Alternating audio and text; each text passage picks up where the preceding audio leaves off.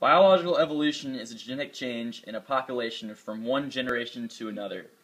The speed and direction of change is variable with different species lines and at different times.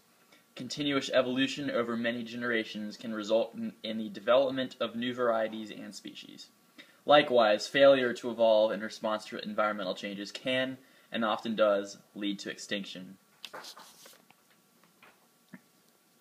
So the first bullet point in the evidence for evolution is the fossil record. Remains of animals and plants found in sedimentary rock deposits give us an indisputable record of past changes through vast periods of time. This evidence attests to the fact that there has been a tremendous variety of living things. Some extinct species had traits that were transitional between major groups of organisms. Their existence confirms that species are not fixed, but can evolve into other species over time.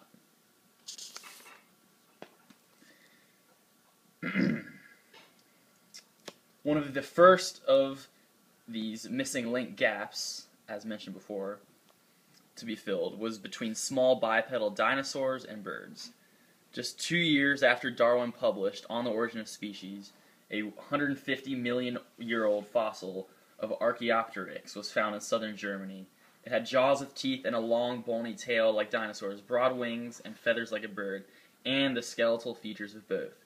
This discovery verified the assumption that birds had reptilian ancestors. So our next part of the evidence for evolution is the chemical and anatomical similarities. Living things on Earth are fundamentally similar in the way that their basic anatomical structures develop and in their chemical compositions. No matter whether they are simple single-celled protozoa or highly complex organisms with billions of cells, they all begin as single cells that reproduce themselves by similar cell division processes. After a limited lifespan, they also all grow old and die. All of the tens of thousands of types of proteins in living things are mostly made up of only 20 kinds of amino acids. Despite the great diversity of life on our planet, the simple language of the DNA code is the same for all living things. This is evidence of the fundamental molecular unity of life. Many groups of species also share the same types of body structures because they inherited them from a common ancestor that had them. This is the case with the vertebrates, which are animals that have internal skeletons. The arms of humans, the forelegs of dogs and cats, the wings of birds, and the flippers of whales and seals all have the same types of bones because they have retained these traits of their shared common ancient vertebrate ancestor. Our third part of the evidence for evolution is geographic distribution of related species. Another clue to patterns of past evolution is found in the natural geographic distribution of related species. It is clear that major isolated land areas and island groups often evolved their own distinct plant and animal communities. For instance, before humans arrived 60 to 40,000 years ago, Australia had more than 100 species of kangaroos, koalas, and other marsupials, but none of the more advanced terrestrial placental mammals, such as dogs, cats, bears, and horses. Land mammals were entirely absent from the even more isolated islands that make up Hawaii and New Zealand. Each of these places had a great number of plant, insect, and bird species that were found nowhere else in the world. The most likely explanation for the existence of Australia's, New Zealand's, and Hawaii's most unique biotic environments is that the life forms in these areas have been evolving in isolation from the rest of the world for millions of years.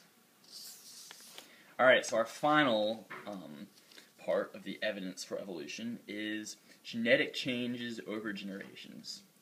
The Earth's environments are constantly changing, usually in subtle and complex ways.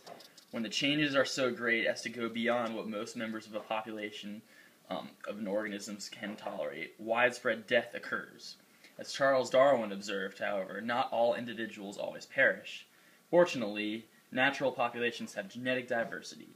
Those individuals whose characteristics allow them to survive an environmental crisis likely will be the only ones to reproduce. Subsequently, their traits will be more common in the next generation. evolution of the population will have occurred. This process of natural selection resulting in evolution can easily be demonstrated over a 24-hour period in a laboratory petri dish of bacteria. When a lethal dose of antibiotic is added, there will be a mass die-off. However, a few bacteria usually are immune and survive. The next generation is mostly immune because they have inherited immunity from the survivors. That is the case with any single-celled kind of organism. People have developed many new varieties of plants and animals by selective breeding. This process is similar to the bacteria experiment described previously. Selection of specimens to breed based on particular traits is, in effect, changing the environment for the population. Those individuals lacking the desirable characteristics are not allowed to breed. Therefore, the following generations more commonly have the desired traits. If evolution has occurred, there should be many anatomical similarities among varieties and species that have diverged from a common ancestor. Those species with the most recent common ancestry should share the most traits. Biological evolution is far from being universally accepted, but it is definitely one of the forerunners for telling the genetic history of our world.